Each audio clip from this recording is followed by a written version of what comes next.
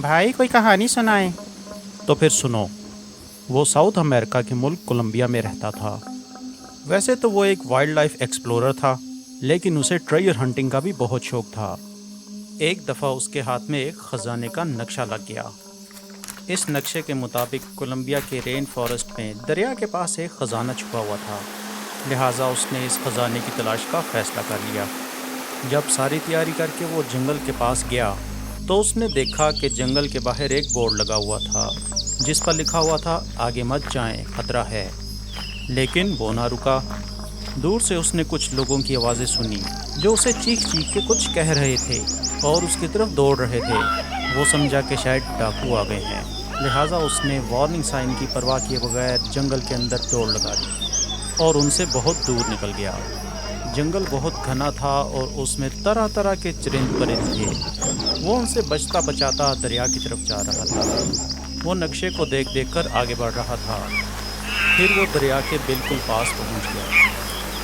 وہاں دریا کے شور کے علاوہ اور کوئی آواز نہیں تھی۔ یکدم اسے اپنے پیچھے کسی چیز کے سرکنے کی آواز آئی۔ وہ کیا تھا بھائی؟ اس نے مڑ کر دیکھا تو ایک بہت بڑا سانپ تھا۔ یہ تقریباً 42 فٹ لمبا تھا اور 1.25 ٹن وزنی تھا۔ اوف بھائی بس کریں۔ نہیں، اب سنتے جاؤ۔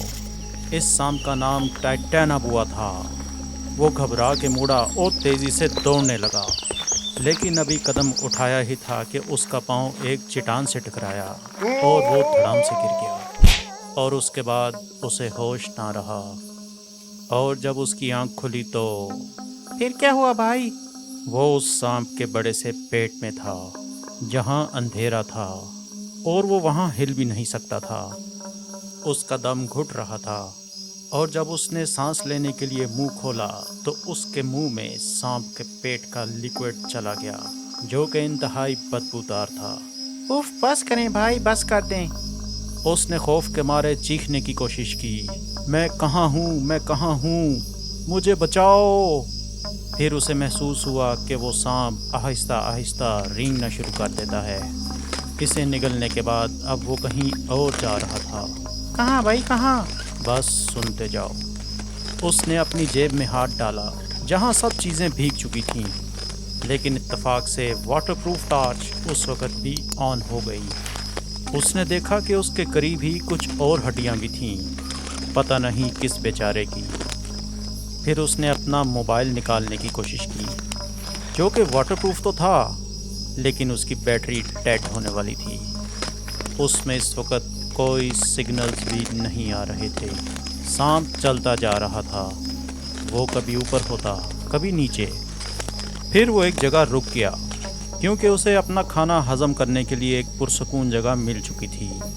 پھر اس کے جسم کے اندر انزائمز بننا شروع ہو گئے جن کا مقصد اپنے شکار کو ہضم کرنا تھا۔ بھائی تو پھر وہ مر گیا کیا؟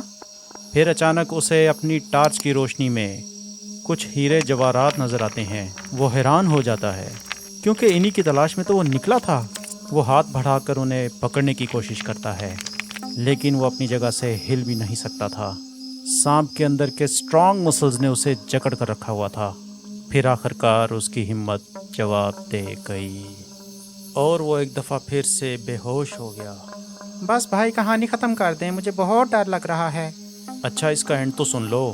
جب اسے ہوش آیا تو وہ ایک چٹان کے پاس گھاس پر لیٹا ہوا تھا اور اس کے قریب ہی وہ لڑکے کھڑے تھے جن کو دیکھ کے وہ ڈرا تھا اور بھاگ کر جنگل میں گھس گیا تھا۔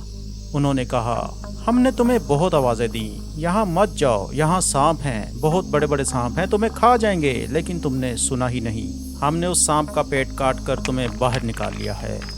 تمہارے ہاتھوں کے پاس یہ ہیرے پڑے ہوئے تھے، یہ لے لو اور اب اپنے گھر جاؤ۔ اگر آپ کو بھی یہ کہانی پسند آئی ہو تو اسے لائک کر دیں، چینل بھی سبسکرائب کر لیں اور اپنے دوستوں کو اس کہانی کا ضرور بتائیں۔ شکریہ، اللہ حافظ۔